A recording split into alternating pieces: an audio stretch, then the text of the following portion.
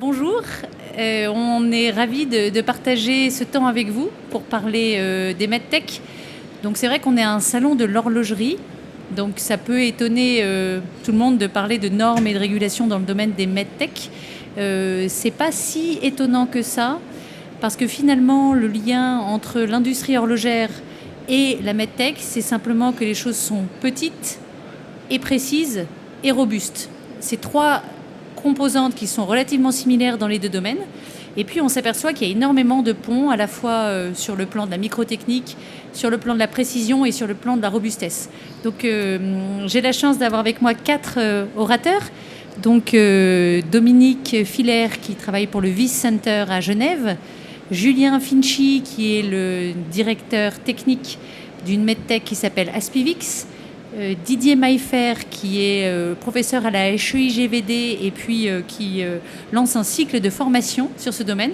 Donc si vous voulez aller plus loin que cette conférence, il faudra aller au cours de Didier. Et puis Georges Kotrotios, donc, qui est le responsable du business développement et du marketing pour le CSEM, qui est un grand centre de recherche. Peut-être juste pour que vous sachiez un petit peu plus en détail qui vous avez autour de la table, je vais laisser chacun se présenter rapidement. Dominique, peut-être en quelques minutes, votre institution et puis votre profil. Alors bonjour, donc moi je fais partie intégrante du Wyss Center qui est une fondation à but non lucratif, indépendante, et notre mission est d'accélérer, de faciliter la mise en place d'un dispositif plutôt médical, un traitement des désordres neurologiques et d'aller vers une solution clinique. Donc on est amené à travailler avec des partenaires. Nous ne sommes pas fabricants légaux de dispositifs médicaux, nous sommes là pour faciliter la translation d'une idée vers une solution clinique. Et concernant ma formation initiale, donc je suis neuroscientifique de formation. J'ai travaillé pendant un peu plus de 22 ans dans l'industrie du dispositif médicaux, différents types de dispositifs médicaux. Et au fil de mon expérience professionnelle, je me suis spécialisée de plus en plus vers le réglementaire et en particulier aussi vers la stratégie réglementaire et clinique. Voilà. Julien. Bonjour, pour ma part je suis ingénieur en microtechnique de formation. J'ai eu l'occasion de travailler en tant qu'employé dans une medtech pendant 8 ans à Bâle, et à la suite de quoi je me suis lancé dans la carrière d'entrepreneur avec mon frère d'abord et un troisième collègue. Et là on a une start-up à Renande qui est hébergée par la fondation Inartis et Université.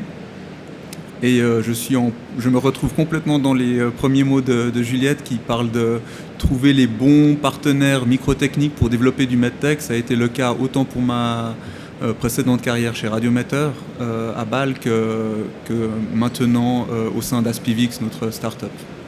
Voilà. Merci beaucoup Julien. Didier, du coup, je vous laisse vous présenter. Oui, bonjour. Moi, je suis prof à l'école d'ingénieurs à Yverdon.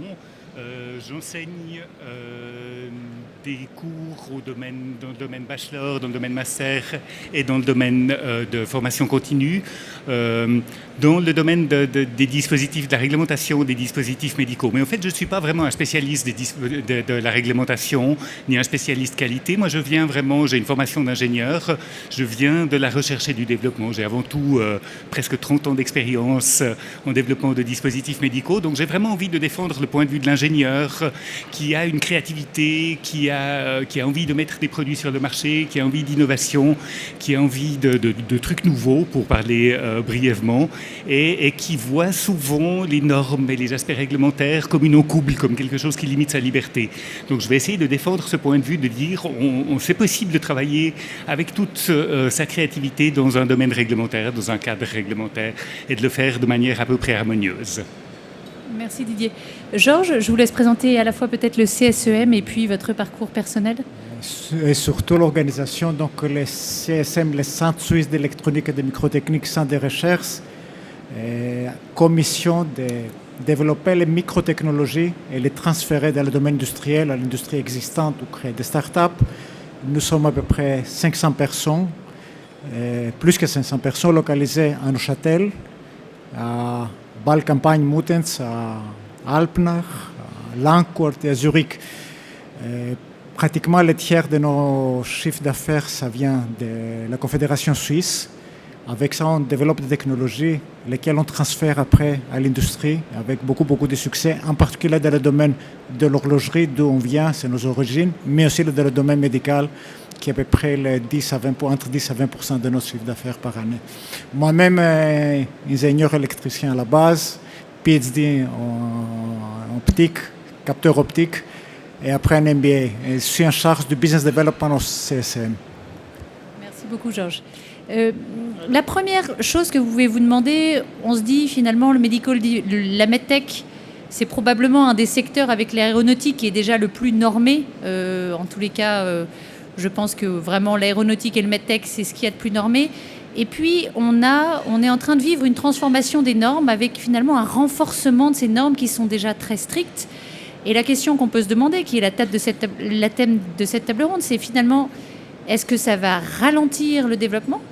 Ou est-ce que ça va aider au développement, finalement, en ayant des technologies qui soient plus robustes ? Aujourd'hui, quand on parle de ce changement de réglementation, on va rentrer dans les détails de ce qui va changer concrètement et comment est-ce que ça va impacter à la fois les sociétés comme Aspivix ou les plus grands groupes comme le CSEM. La première chose, c'est que les gens disent dans les couloirs que c'est lié au problème des prothèses PIP, dont vous avez probablement entendu parler. Et puis, je lisais que finalement, ce n'était pas forcément le cas. Donc, Dominique, pourquoi est-ce que dans une réglementation qui est déjà dure, on veut aller encore plus en profondeur ? En fait, la problématique des dispositifs médicaux, elle vient de cette harmonisation déjà au niveau à l'échelle européenne, de pouvoir avoir tous le même niveau d'exigence réglementaire pour chaque dispositif médical. Donc ce sont des réglementations qui ont été d'abord mises en place à l'occasion du développement des implants cardiaques, donc qui ont été les premiers dispositifs médicaux réglementés et qui ont généré la première directive. Et donc, au fil du temps et des développements de ces dispositifs médicaux, qu'est-ce qui est important ? Ce qui est important, c'est que le bénéfice du patient soit effectivement prouvé. On ne met pas en place sur le marché un dispositif médical sans prouver le bénéfice qu'il apporte au patient. Et pour prouver ce bénéfice, eh bien, il faut respecter un ensemble de réglementations, de processus, de cadres. Et pourquoi on en est venu à ce nouveau règlement ? Et comme le souligne donc Jean-Claude Ghislain, ce n'est pas le fait des prothèses PIP ou de l'accident aussi des prothèses métal, contact métal. C'est une évolution sociétale, je dirais, aussi du domaine de la santé publique. Et on s'est rendu compte, en fait, dans la fabrication des dispositifs médicaux, c'est un carrefour de différentes technologies. Donc on peut avoir des mécaniciens qui vont fabriquer des composants qui n'ont pas de finalité médicale. Et on va avoir ces mêmes mécaniciens qui vont fabriquer des composants avec une finalité médicale. Et là, dès qu'on rentre dans le cadre d'une finalité médicale, on arrive avec le parapluie de la réglementation. Et tout ça, toujours pour plus de transparence, pour plus de traçabilité, pour un meilleur suivi sur le marché quand les produits sont mis sur le marché. Ce qui est très important parce qu'on peut avoir des dispositifs qui ont été marqués CE et qui, à l'usage sur le marché, comme on n'aura pas pu anticiper tous les risques, parce que tout est question de gestion des risques, on va se rendre compte que peut-être dans les processus de fabrication, peut-être que dans la réalisation du protocole d'étude, certains paramètres n'ont pas été suffisamment investigués. Et donc on veut que le fabricant nous donne la preuve qu'il a bien mis en place ce suivi post-marché et qu'il est capable de réagir suite à un incident majeur ou même un changement d'étiquette, qui peut être aussi un incident parce que l'information n'est pas suffisamment claire dans l'utilisation. Voilà pourquoi on arrive sur ce type de réglementation. Merci Dominique. Didier, vous disiez que vous étiez avant tout un ingénieur et que vous alliez prendre le parti de l'ingénieur. Moi, je suis ingénieur aussi. Ce que je veux, c'est faire la preuve d'efficacité avant de faire la preuve de sécurité. Parfois, on voit des dispositifs médicaux qui ont un bénéfice patient pas incroyable, mais qui ont une safety très importante. Comment est-ce que vous voyez les choses par rapport à ce renforcement des règles et la liberté de l'ingénieur, on va dire ? Mais ce renforcement des règles, cette nouvelle réglementation européenne, elle était nécessaire quelque part. Il y avait vraiment des lacunes dans la réglementation telle qu'elle existait avant. Même le dernier scandale des implants, en fait, a montré qu'il y avait encore des lacunes qui devraient être comblées par la nouvelle réglementation. Mais il était nécessaire ce cadre. L'important vraiment dans ce domaine, c'est de remettre les choses à l'endroit et de remettre la sécurité du patient comme premier objectif qui est quelque chose que chaque ingénieur, que chaque technicien doit garder en tête tout au long du développement. Maintenant que ça vienne à l'encontre de la liberté de l'ingénieur, c'est certain, il y a une espèce de compromis à trouver. Là, on est dans un phénomène de société, enfin dans une problématique qui est complexe avec de nombreux acteurs. Et au bout de la chaîne, il y a un patient, et c'est le patient qu'on cherche à protéger essentiellement. Donc, je crois que la justification de est-ce que cette réglementation doit exister, elle est même pas nécessaire, elle doit exister, elle est là. De toute façon, on n'a plus de choix, la MDR, elle a été acceptée, elle a été mise en œuvre, maintenant elle est en train d'être mise en œuvre. C'est juste un cadre dans lequel on doit apprendre à travailler de la manière la plus efficace possible. Donc je crois que la question du rapport bénéfice-risque, elle se pose, d'ailleurs c'est le pivot en fait du fonctionnement d'une analyse de risque. On sait qu'on n'arrive pas à un risque zéro, contrairement à ce qu'on peut lire parfois dans les journaux ou dans une vulgarisation, mais on cherche à maximiser ce rapport bénéfice-risque, et c'est quelque chose qui doit être fait vraiment au service du patient et comme devoir, comme souci permanent de la part de ceux qui développent des dispositifs médicaux. Quand je vous entends, j'ai presque l'impression qu'avant c'était dangereux, que les règles n'étaient pas suffisamment strictes. Vous pensez vous sentiez qu'il y avait vraiment un besoin, ou à la fois Dominique et puis Didier?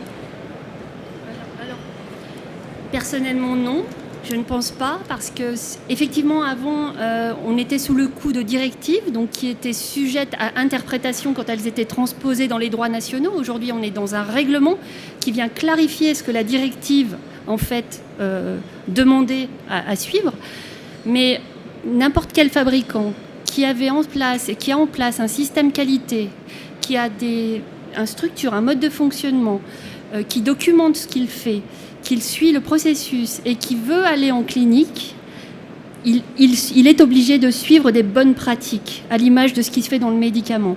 Après, ce qui peut peut-être avoir induit certains fabricants à une certaine facilité, c'est peut-être qu'en termes de traçabilité ou de contrôle, peut-être il y avait un manque de ressources de la part des autorités compétentes.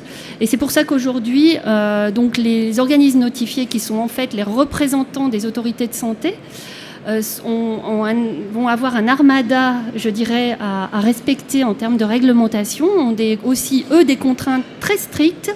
Et c'est pour ça qu'on observe un certain nombre d'organismes notifiés qui n'étaient pas sérieux, entre guillemets, qui n'appliquaient pas les chartes de bonne conduite et qui, peut-être pour certains produits, ont délivré un marquage CE peut-être trop rapidement, peut-être. Ceux-là, aujourd'hui, disparaissent naturellement. Et par le passé, certains ont déjà été dénotifiés. Donc c'est une évolution, c'est plus contraignant, mais c'est plus structurant. Et c'est pas un mal nécessaire en soi, c'est simplement formaliser des choses qui existaient déjà. Après, tout est question d'anticipation. Voilà. Parfait.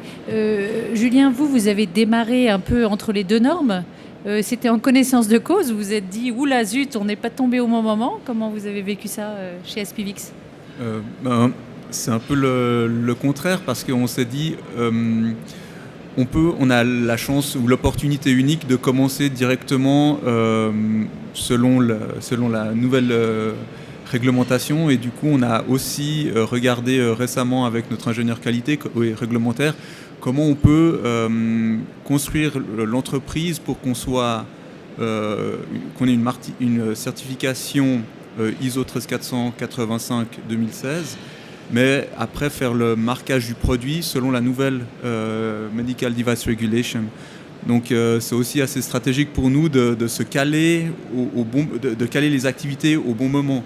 Ce qu'il faut surtout comprendre, c'est qu'avec la nouvelle MDR, on doit apporter la preuve clinique des bénéfices de l'instrument qu'on va mettre sur le marché, en particulier dès la classe 2. On a la chance, nous, de notre côté, d'être en classe 1. Il y a classe 1, 2, 3, pour faire simple, avec un niveau de risque de plus en plus élevé, la 3 étant la classe la plus risquée. Mais le danger qu'il y avait par le passé, et je l'ai connu à travers des autres startups, c'est que des organismes notifiés ont attribué un marquage CE sans preuves cliniques, mais seulement basées sur la littérature, alors que ça, ce sera vraiment plus possible avec la nouvelle MDR. Donc il faudra vraiment toujours pouvoir apporter la preuve clinique du bénéfice, toujours par rapport à cette analyse risque-bénéfice, qui est toujours... donc on a beaucoup parlé du patient, mais ce qu'il faut savoir, c'est qu'on va aussi protéger le médecin et une tierce personne, ce qui peut être aussi un assistant, une assistante autour du médecin qui travaille, par exemple, sur le champ opératoire. Donc tout ça pour qu'on puisse montrer cliniquement qu'il y a un bénéfice pour le patient et pas un risque de nuire au patient surtout. Merci beaucoup. Georges, au CSEM, vous avez des projets qui sont dans le medtech et puis des projets qui sont dans tout autre secteur, les communications, l'aérospace et autres. Comment est-ce que vous arrivez à avoir des ingénieurs qui sont au niveau médical et puis qui travaillent aussi sur d'autres sujets, ou est-ce que vous séparez finalement, il y a ceux qui sont dans le médical et puis ceux qui sont dans les communications? Merci. Nous avons effectivement des personnes qui sont dédiées à tout ce qu'il y a autour du médical. Ça pourrait être aussi médical, life science, well-being, ce genre de choses. Et c'est très intéressant le point que je reprends, le point que Dominique a pris. Il a parlé d'un mouvement sociétal, changement sociétal. Effectivement, avant, il y avait l'hôpital, la clinique et tout ça. Et puis, il y avait des choses qui sont privées, les montres, etc. Aujourd'hui, on vit dans un monde qu'il y a ce genre de choses qui mesurent les paramètres physiologiques qui sont à la fois utilisés par chacun d'entre nous. Et puis, ça devient gentiment des produits médicaux. Je prends l'exemple de la société Actia qu'on a créée récemment pour la mesure de la pression artérielle. Aujourd'hui, il y a des tas de sociétés, de montres qu'on peut trouver qui prétendent mesurer ça, mais ce n'est jamais un produit médical. Donc, effectivement, le développement, tout le processus de développement selon les normes médicales permet de finaliser un produit qui a des propriétés d'un produit médical qui peut être utilisé par un médecin, de collecter des données qui peuvent être vraiment utilisables, contrairement à des dispositifs qu'on peut acheter. Donc, effectivement, ces problèmes des frontières qui commencent à ne plus exister entre les consumer goods et les medical goods, ça pourrait être mieux défini par la réglementation qui permet de séparer, parler spécifiquement des outils, des montres ou des wearables, autres choses qui peuvent être soit des consumer goods, soit des outils pour un médecin, qui permettent de connaître des données, des big data qu'ils peuvent utiliser ultérieurement. Merci beaucoup, Georges. Finalement, l'Europe est en train de se réinventer, donc avec la MDR et puis la loi aussi sur les diagnostics in vitro. On va revenir exactement sur ce qui va changer pour vous après. La question que j'ai, c'est finalement, on a la FDA et puis l'Europe qui a sa propre régulation. Les Américains, eux, ont l'air d'être moins, on va dire, engagés dans ce changement. C'est qu'ils étaient meilleurs que nous, c'est que finalement, ils vont nous rattraper après. Cette fois-ci, l'Europe est en avance, Dominique ? Alors, je pense qu'il ne faut pas se fier aux apparences, parce que tout dépend du dispositif médical, en l'occurrence. Pourquoi aujourd'hui la FDA paraît, la voie de marquage, je dirais, de l'accès au marché paraît tentante via la FDA? Parce qu'en fait, eux aussi ont différents processus d'accès au marché. Et notamment, sur une catégorie de dispositifs médicaux, ils peuvent s'appuyer sur des predicates. Ce que nous, en Europe, on appelait des équivalents jusqu'à un certain temps, puisqu'il y a encore la équivalence réglementaire, c'est encore différent d'un predicate au sens américain et de la FDA. Donc en fait, quand on utilise une voie d'accès au marché qui s'appelle la 510K ou la 510K, il suffit de s'appuyer sur un dispositif médical similaire avec un intended use clinique similaire et se comparer, bien sûr, apporter un rationnel, faire un minimum de tests, parce que vous avez des tests, en l'occurrence de biocompatibilité à faire, qui sont très lourds, de sécurité électrique, si votre dispositif nécessite d'être mis en œuvre par de l'électricité. Donc il y a quand même une batterie de tests. Donc c'est vrai que peut-être aujourd'hui, cette voie-là paraît intéressante pour un fabricant, et il faut la considérer d'emblée, parce que le marché américain est un marché important. En revanche, il ne faut pas tomber dans le piège, parce qu'on aura des dispositifs qui n'auront pas de predicate, qui vont être des dispositifs considérés de novo aux yeux des Américains. Et là, on va demander à évaluer la classification de son dispositif. Est-ce qu'on va passer par la voie d'accès plus facile? Parce que plus facile, pourquoi? Parce qu'on n'aura pas l'obligation de lancer une étude clinique avant de mettre son produit sur le marché. Alors que l'autre voie nécessite de mettre en place une étude clinique avant d'aller sur le marché et d'apporter la preuve des preuves suffisantes de ce qu'on revendique en termes de performance et de sécurité. Donc oui, aujourd'hui, ça peut paraître plus simple de ce point de vue-là, parce que dans le cadre du nouveau règlement, et ce qu'il faut bien préciser, c'est que ce règlement est une loi, qu'il est applicable en l'état, pas d'interprétation possible. La voie de l'équivalence n'est plus possible. L'équivalence au sens européen du terme, c'est démontrer que le dispositif qu'on met sur le marché est équivalent cliniquement, biologiquement et techniquement. Donc c'est très difficile pour un fabricant de faire cette preuve. Donc si par exemple il utilise un équivalent d'un concurrent, il va falloir qu'il montre qu'il a accès aux données techniques de ce produit concurrent. Tous les fabricants ne vont pas agir main dans la main. Donc voilà. Donc après, tout va dépendre aussi du partenaire qui est l'organisme notifié. Il faut le voir comme un partenaire aussi, parce que en étant l'interface de l'autorité de santé, il va vous aider à évaluer quelles sont les preuves que je dois apporter pour montrer que mon dispositif, les bénéfices de ce dispositif sont supérieurs aux risques engendrés. Donc voilà pourquoi aujourd'hui on pourrait tenter de dire que la FDA est plus facile. Peut-être aussi parce que le contexte politique aujourd'hui, actuellement, est plus dans une diminution de la réglementation, mais ça c'est à l'échelle politique américaine. Mais je pense qu'il faut être très vigilant parce que la FDA va reconnaître aussi la norme ISO 13485 2016, va augmenter l'examen des implants et des matériaux utilisés dans les implants. Donc il y a tout un ensemble de processus derrière qui est en œuvre. Donc il faut le considérer, mais il ne faut pas croire que ce sera plus facile. Ce serait tomber dans la facilité pour le coup.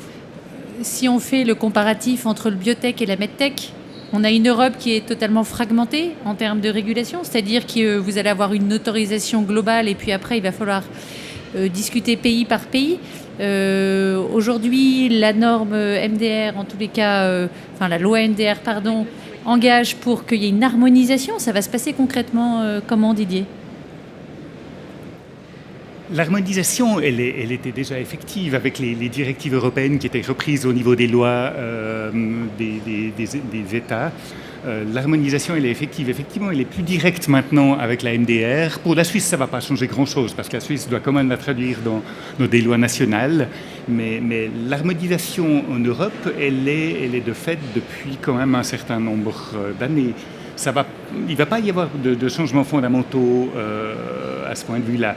Ce qui est particulier au MedTech et peut-être différent sur le sol des États-Unis que sur le sol européen, c'est que le MedTech est une industrie extrêmement fragmentée en Europe et particulièrement en Suisse, et particulièrement dans la région dans laquelle on vit ici, où on a vraiment un mélange absolument incroyable de toutes petites entreprises qui sont un tissu de start-up et d'entreprises d'une personne parfois, qui est très très riche, très innovant, très, très dynamique, très mobile.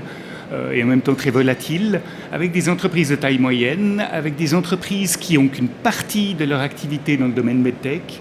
Je pense à des fournisseurs de services, d'usinage, de choses comme ça, comme dans le Jura. Et puis, il y a des grosses entreprises. Il y a des Medtronic qui ont leur siège européen en Suisse, près de Lausanne. Donc, c'est un secteur industriel qui est très, très fragmenté, contrairement au pharma, par exemple, qui est beaucoup plus unifié. Donc ça demande des solutions qui sont beaucoup plus dynamiques et beaucoup plus adaptables à la taille des sociétés. Merci beaucoup. Dominique, vous parliez d'un point qui est les organismes notifiés. Je pense que c'est un des points cœur de cette loi. Passer finalement de censeurs dont on n'avait pas forcément, qu'on pouvait peut-être un petit peu soudoyer ou dont on n'avait pas une sécurité totale, à vrais partenaires. Julien, comment est-ce que vous faites ? Vous êtes déjà en lien ? Vous travaillez ? Vous les contactez ? Comment est-ce que ça se passe ? C'est avec Swissmedic ? Honnêtement, ça a été un challenge pour nous parce qu'on sait que récemment, il n'y avait qu'un organisme notifié qui est BSI, qui est United Kingdom, donc en Angleterre. On sait qu'il y a la problématique du Brexit, on ne sait pas ce que ça va avoir comme effet. On entend que le BSI, par exemple, aura un bureau en Hollande pour justement récupérer des clients européens. Maintenant, on a su récemment que le TÜV Sud a été récemment a reçu une autorisation, je ne sais pas si on dit ça comme ça, mais accrédité par la Commission européenne pour évaluer les entreprises. Et moi, je dois dire, ça a joué un peu de piston et de contact du réseau que l'on a pour avoir accès direct à des consultants, pour recevoir simplement un rendez-vous, pour éventuellement nous faire une offre et voir comment on se partage justement sur le point dont je parlais tout à l'heure, stratégiquement se placer, à quel moment pour avoir la certification ISO et le marquage CE. Ce qui est très compliqué parce qu'aujourd'hui, ils ne peuvent pas vous faire une offre en vous disant « Ok, pour vous, l'entreprise Aspivix, on va faire une certification MDR parce que aujourd'hui, ils ne sont pas capables de vous donner une deadline ou un rendez-vous pour que vous soyez audité selon la nouvelle MDR. Donc nous, on a pu couper la poire en deux. On a dit, OK, on commence par une certification ISO qui est là, dépendante des procédures que l'on met en place dans l'entreprise. Et le marquage CE, on le fera en fonction de la MDR pendant le courant de l'année prochaine.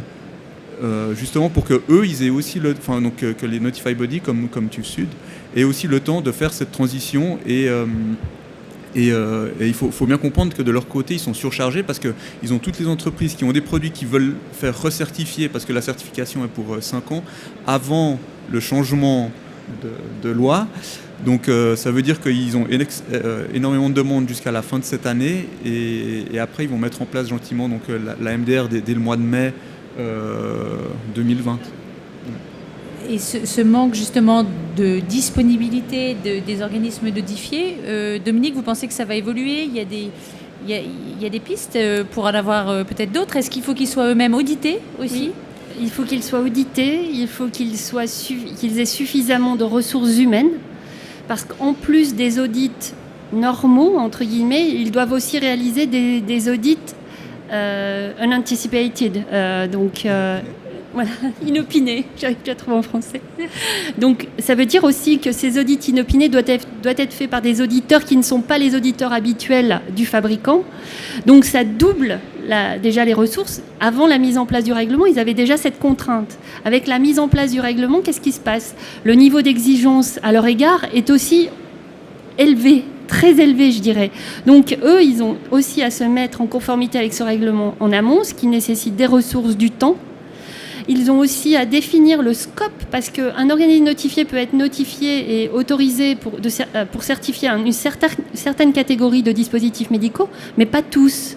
Là aussi, en fonction de la catégorie. Donc il faut être très vigilant quand on a un organisme notifié. Il peut ne pas candidater pour le nouveau règlement, c'est arrivé. Il peut candidater pour le nouveau règlement, mais ne pas couvrir le dispositif qu'on est en train de fabriquer. Donc voilà. Et donc il me semble qu'il y a un mouvement au sein de la communauté MedTech pour tirer un petit peu la sonnette d'alarme que tout le monde avait tiré déjà quelque temps en arrière. Peut-être pour dire attention en termes de délai, peut-être qu'il faudra avoir une certaine tolérance. Mais aujourd'hui, officiellement, il n'y a rien de communiqué, il n'y a rien de décidé, enfin à ma connaissance en tout cas.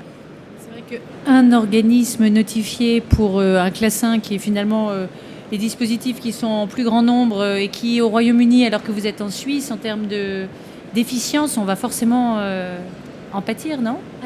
Alors pour revenir sur la problématique du Royaume-Uni, avec le BISAI pour être accrédité dans le cadre du nouveau règlement, a mis en place un siège à Amsterdam, donc et maintenant a rejoint la communauté européenne pour justement réduire le risque d'être exclu du champ européen de la réglementation. Donc, fait exprès, c'est quand même le premier organisme notifié à avoir été accrédité par les autorités européennes. Donc, voilà. C'est un début. Voilà. Peut-être Didier, au niveau du planning, il y a 2 grands changements. Il y a la Medical Device Regulation et puis après, il y a tout ce qui concerne les diagnostics in vitro. Est-ce que vous pouvez nous revenir un petit peu dessus ? Quel est le calendrier ? Quelle est la tolérance ? Comment est-ce que ça va se passer concrètement au niveau des délais ? Oui, volontiers. Effectivement, on parle surtout de la MDR et du monde du MedTech. Mais en fait, on a tendance à oublier que la transformation, l'évolution pour l'IVDR, donc c'est cette catégorie particulière de dispositifs qui sont des dispositifs de diagnostic in vitro, en fait, le changement est bien plus drastique pour ce type de dispositif que pour les dispositifs médicaux. La nouvelle réglementation pour les dispositifs de diagnostic in vitro comprend essentiellement une nouvelle classification qui est un changement fondamental. Donc on aura beaucoup plus d'entreprises qui sont actives dans le domaine des dispositifs de diagnostic in vitro qui vont devoir fondamentalement changer leur approche réglementaire que des entreprises qui sont actives dans le domaine des dispositifs médicaux sous la MDR. Maintenant, la question du calendrier, la MDR est entrée en vigueur, a été acceptée, elle est entrée en vigueur en 2017. On est dans la période maintenant où les entreprises pourraient obtenir le marquage CE selon la MDR, mais en fait le bottleneck se situe, comme ça a été dit, au niveau des organismes notifiés. Donc il y a aujourd'hui 2 organismes notifiés qui sont accrédités pour vous donner le marquage CE selon la nouvelle MDR. Ça va aller, et puis c'est pas pour toutes les catégories de dispositifs, effectivement, donc les choses vont aller très doucement. On a encore 2 ans pour la MDR, jusqu'au moment où tous les dispositifs doivent être mis sur le marché selon la nouvelle réglementation, et puis encore un certain nombre d'années pour que les anciens certificats selon les directives soient transformés selon la nouvelle certification. Pour l'IVDR, comme c'est quelque chose de plus nouveau, on a 2 ans de décalage en fait par rapport à tout ça.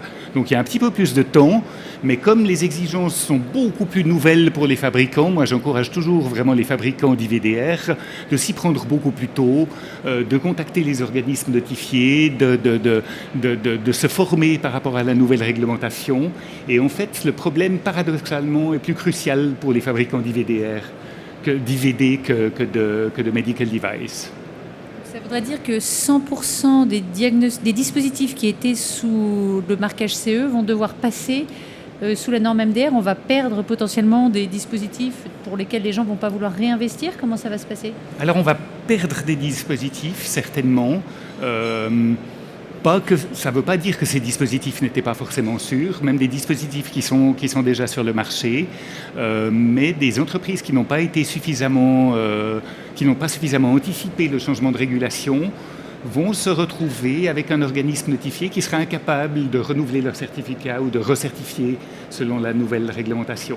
Et on va avoir comme ça des produits qui vont être retirés du marché dus à un pur problème de certification. Est-ce qu'il est prévu des arrangements économiques pour que des gens puissent reprendre des dispositifs qui pourraient être arrêtés ou, je ne sais pas, imaginons on a un dispositif critique pour l'apnée du sommeil ou quelqu'un qui est habitué à utiliser ce dispositif. Est-ce que il y a des choses qui vont être prévues en ce sens ?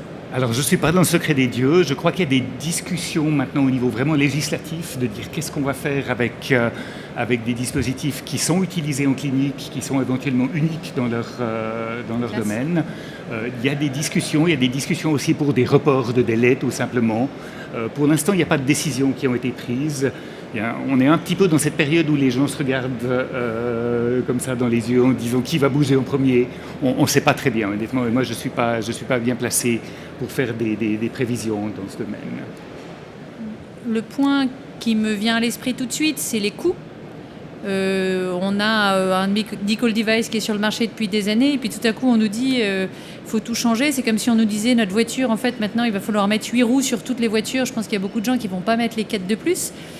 Georges, sur le plan financier, comment est-ce que vous voyez cet impact ? Est-ce que c'est quelque chose que vous avez budgété comme un surcoût ? Est-ce que c'est finalement marginal ? Écoutez, effectivement, nous, on se trouve un peu en amont au niveau du développement, recherche-développement. Souvent, on ne va pas adapter un vieux produit, on va recommencer depuis le début. Donc, on a 2 choix. Soit de développer dans un contexte de recherche habituel et puis après voir s'il faut refaire tout depuis le début ou commencer depuis le début selon les 13485.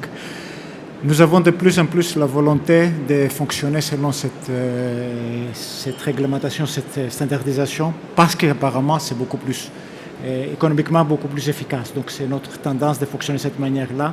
Depuis le tout début d'un développement d'un produit qui va devenir un produit médical, depuis le point zéro, on commence à s'adapter là. Donc on ne fait pas de faisabilités qui sont inutiles, on commence tout de suite à s'adapter. Donc c'est ce qu'on a adapté à l'interne. Puis vous avez un autre point qui est très intéressant, vous avez parlé des développements tout début aéronautique et médical, qui les deux sont très standardisés. Aujourd'hui, on arrive à faire développer des produits aéronautiques sans avoir passé par une réglementation standardisée. Or, pour les médicaux, il faut pratiquement passer toujours par là. Pour une start-up comme Aspivix, je sais que vous êtes très riche.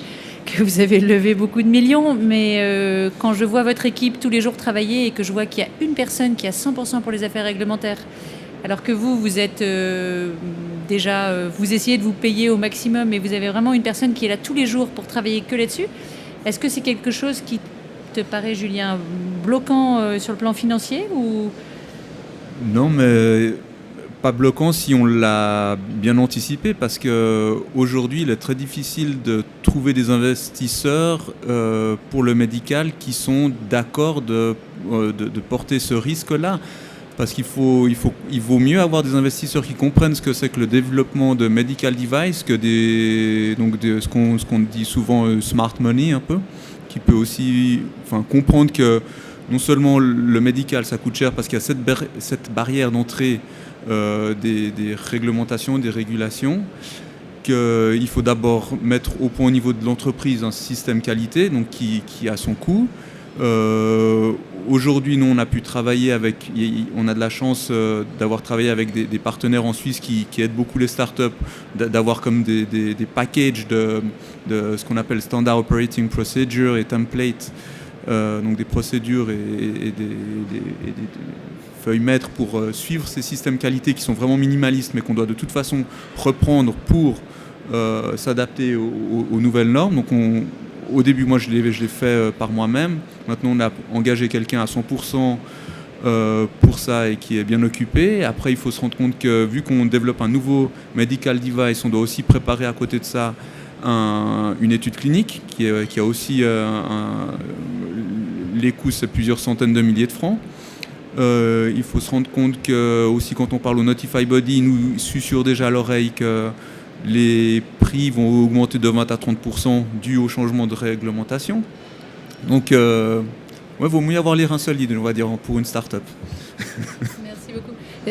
Dominique, vous, sur le plan financier, vous n'êtes pas une énorme équipe en affaires réglementaires pour l'instant. Vous allez devoir recruter d'autres personnes. Est-ce que c'est budgété, c'est dur ? Alors déjà, la mission du Vice Center nous sommes une fondation à but non lucratif et l'objectif de notre fondation est de mettre en place des solutions cliniques pour le bénéfice des patients.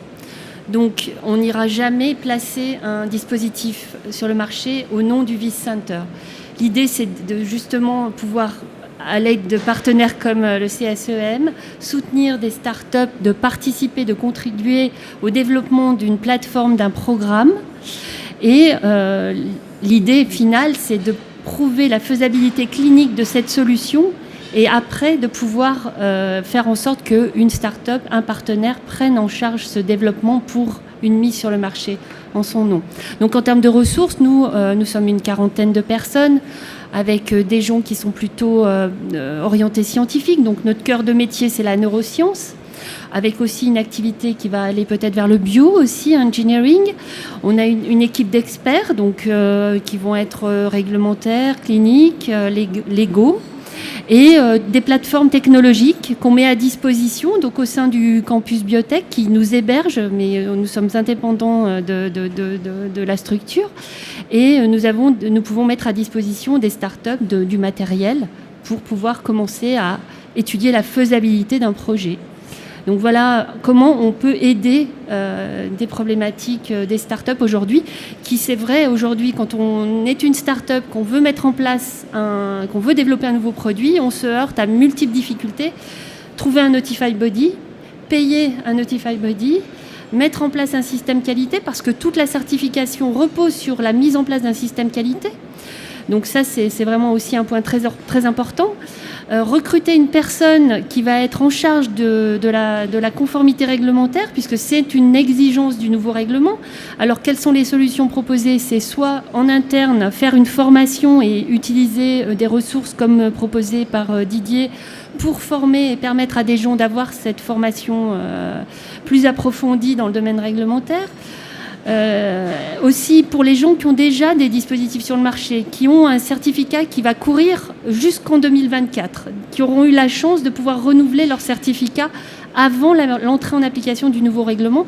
C'est d'ores et déjà de mettre en place une collecte et une surveillance des données cliniques du dispositif en question pour pouvoir après prétendre à un nouveau marquage CE dans le cadre du nouveau règlement avec suffisamment de données cliniques probantes pour pouvoir renouveler. Enfin, ce n'est même pas renouveler un certificat, c'est avoir un nouveau certificat. Parce que auparavant, on renouvelait un certificat, puisqu'on restait dans la directive. Aujourd'hui, on va avoir un nouveau certificat. À partir pour... Voilà. Donc, ça répond à la question. Parfait. Oui, très bien.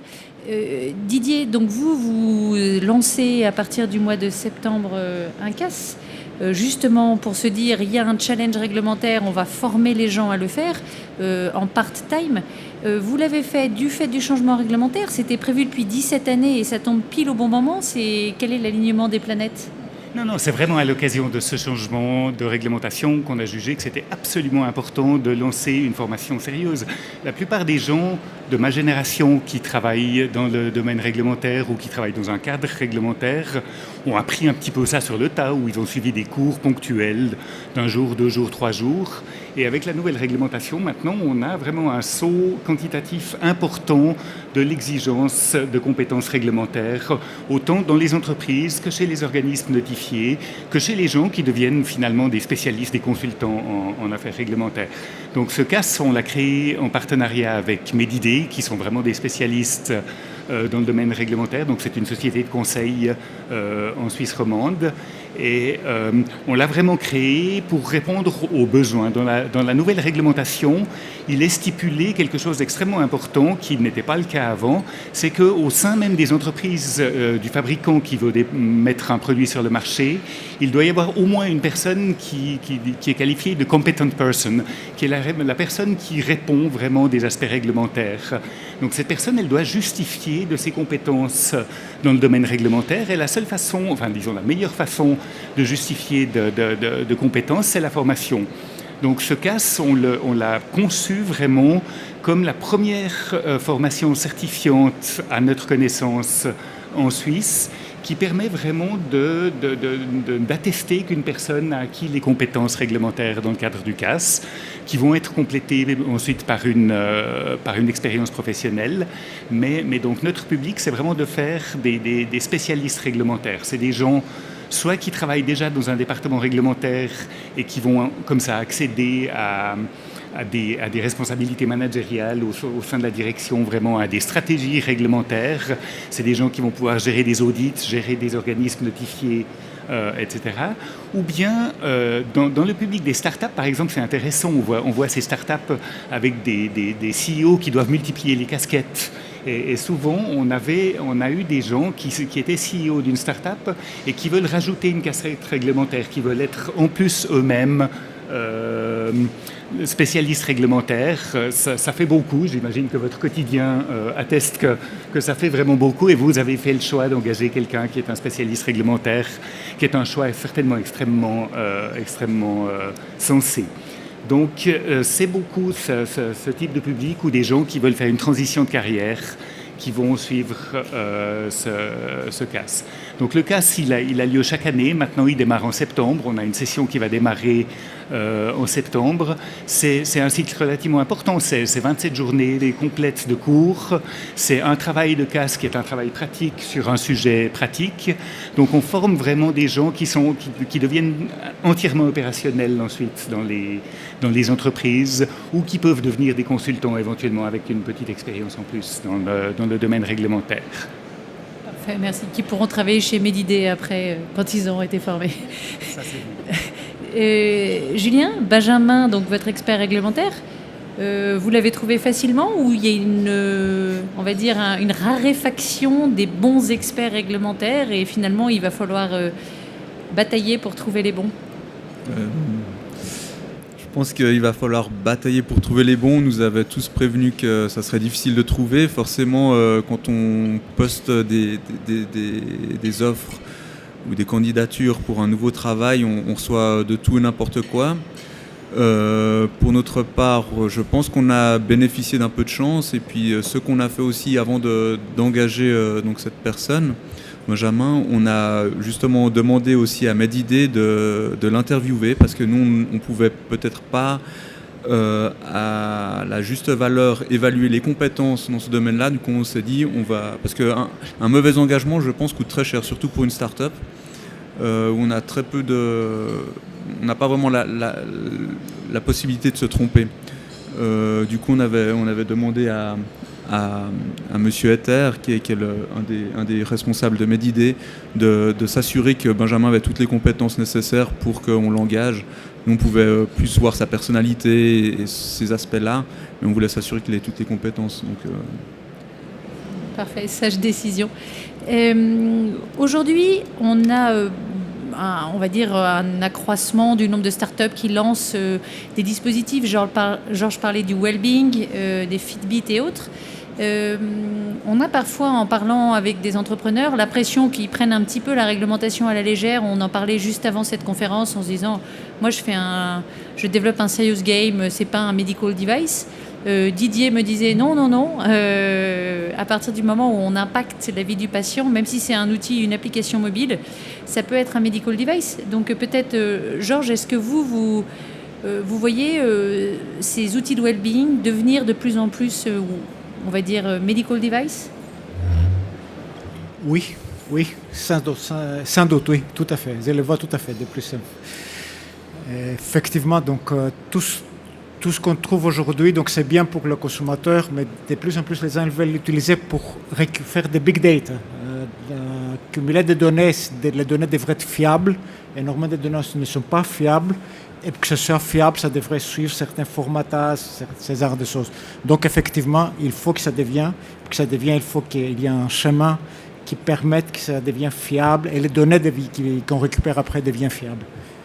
Didier, il y a une voie d'évangélisation à faire pour justement dire aux gens c'est bien, mais attention? Ou comment est-ce que est-ce que vous travaillez aussi à ce niveau-là, au niveau de la communication?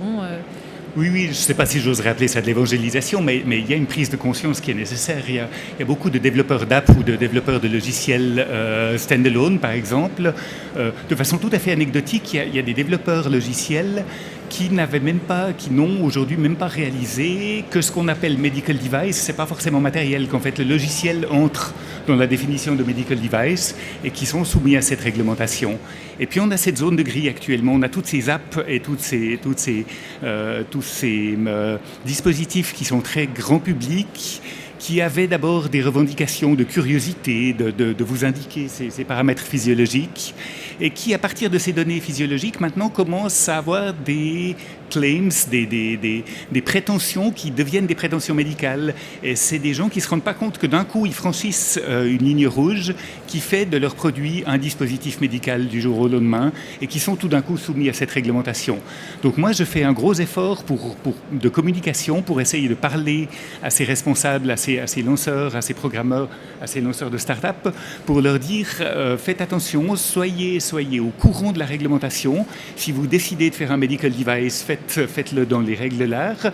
Si vous décidez de faire un produit grand public, ne franchissez pas cette ligne rouge, mais soyez conscient que ça existe et que vous devez tenir compte de cette réglementation d'une façon ou d'une autre. Donc ça fait partie, comme la formation dont on a parlé, ça fait partie de cette volonté de prise de conscience. Il doit y avoir une prise de conscience dans ce domaine, qu'on est dans un monde, dans un domaine où on ne peut pas faire n'importe quoi, n'importe comment, et c'est plus à l'utilisateur final de tester si le produit marche ou pas.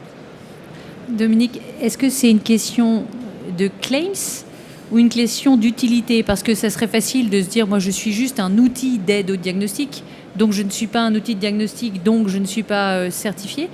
Est-ce que c'est juste une question de revendication ou est-ce que c'est une question fondamentale de vraiment de l'utilitarisme de l'application? Les deux, mon capitaine, je dirais. Surtout, ce qui est important, c'est la finalité médicale du produit. Quelle est sa finalité médicale?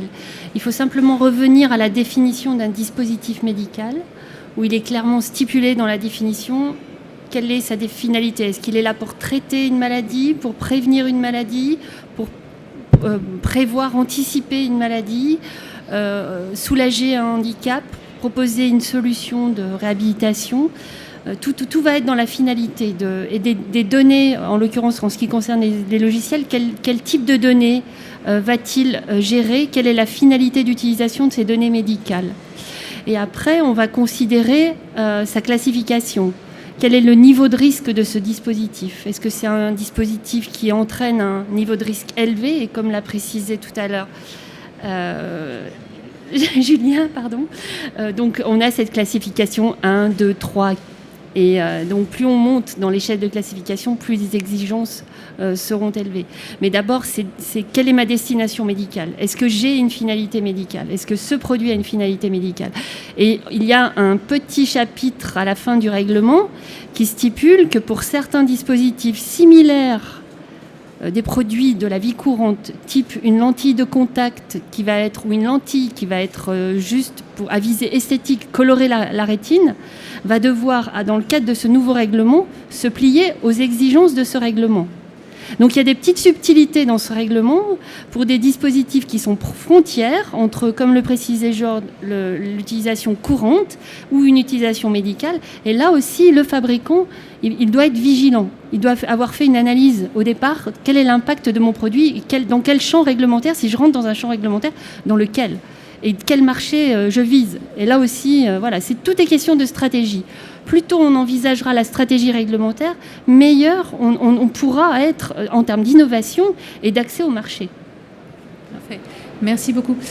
Peut-être pour terminer, si vous pouviez faire ce que vous voulez, que vous aviez le pouvoir de retirer cette loi ou de la prendre, peut-être par ordre, Georges, vous la prenez ou vous la déchirez cette loi si vous avez le choix? Donc tout adresse à mon aspect anarchiste là. Non, je pense que c'est utile, en particulier en vue de ce qui se passe aujourd'hui. J'aimerais illustrer l'exemple. Dominique vient de parler effectivement de ces frontières. Typiquement, on a commencé beaucoup de nos développements pour des projets pour l'Agence spatiale européenne. Est-ce que c'est médical ou c'est pas médical? C'est pour la surveillance des astronautes. Est-ce que c'est médical ou pas médical? Est-ce qu'il faut suivre ça? Est-ce qu'il faut s'adapter à ces standards? Ou pour les modes du sport d'élite. Est-ce que de nouveau, c'est du médical, c'est pas du médical? Donc effectivement, c'est quelque chose, il a une finalité qui va devenir médicale pour le consommateur, finalement, pour les patients, devrait suivre ça. Et puis finalement, c'est bien pour ne pas brouiller ces frontières, parce que si on le fait, demain, on aura n'importe qui va venir avec des produits qui sont de très mauvaise qualité, qu'on les met ensemble, qui vont produire des données qui sont des données mauvaises, qui vont donner des mauvaises conclusions. Donc, c'est bien dans ce contexte de brouillage des frontières de maintenir cette réglementation. Didier, vous oubliez que si vous retirez la réglementation, vous perdez aussi votre emploi. Et est-ce que vous la gardez ou est-ce que vous la jetez? Non, inconditionnellement, je la garde. La nouvelle réglementation est un progrès par rapport aux directives. C'est quelque chose qui est encore imparfait. Elle a encore des lacunes. La nouvelle réglementation, la MDR, elle a certains points qui sont très solides. L'accréditation des organismes notifiés est très solide. L'augmentation des exigences cliniques, c'est très solide. Et puis, il y a des points qui sont un peu flous. Il y a des points aussi qui doivent être complétés. La classification actuelle, on fait le grand écart entre la classification de la MDR et la MedDev qui est encore en vigueur, justement. Il y a une nouvelle MedDev qui doit être écrite. Donc, il y a des choses à compléter, il y a des choses à améliorer, mais de manière inconditionnelle, c'est un progrès. C'est un progrès aussi sur les exigences. Je pense qu'il fallait augmenter les exigences pour les entreprises. Je pense que les entreprises doivent se montrer plus mûres maintenant, plus.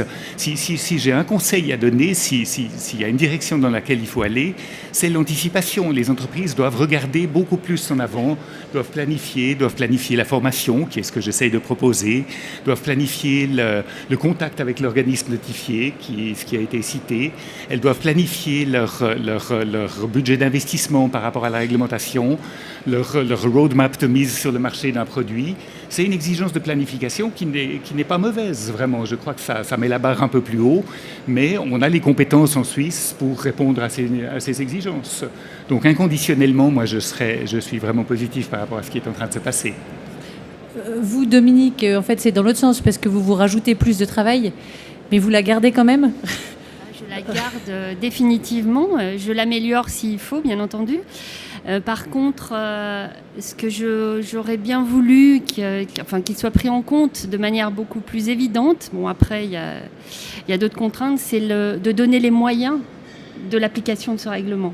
Parce que, comme l'a souligné Julien, c'est après l'absence de moyens qui permet. Ce n'est pas l'absence de volonté de l'appliquer, parce que je pense que tout le monde est d'accord pour aller vers plus de sécurité, plus de bénéfices pour le patient. Mais après, c'est l'absence de moyens, la problématique des moyens. Problématique des moyens des organismes notifiés, problématique des moyens des nouvelles entreprises, des start-up et des entreprises même actuelles qui ont aussi besoin de se structurer et de prendre en compte. Donc je la garde, et je la garde aussi pour une chose, c'est qu'on a pris conscience, et ça c'est quelque chose de très important, que la réglementation n'est pas une contrainte en soi, c'est une force. Et c'est quelque chose aussi important qu'un directeur financier, un responsable d'affaires réglementaires dans la stratégie d'une entreprise, c'est une personne clé. Donc définitivement, je la garde. Donc finalement, Julien, tu concluras en disant que la règle rend libre, c'est aussi ce que tu vas me dire? Je vais dire que c'est peut-être pas la question qu'on doit se poser parce qu'elle est imposée. Donc la question c'est plutôt comment s'en servir au mieux pour une petite entreprise.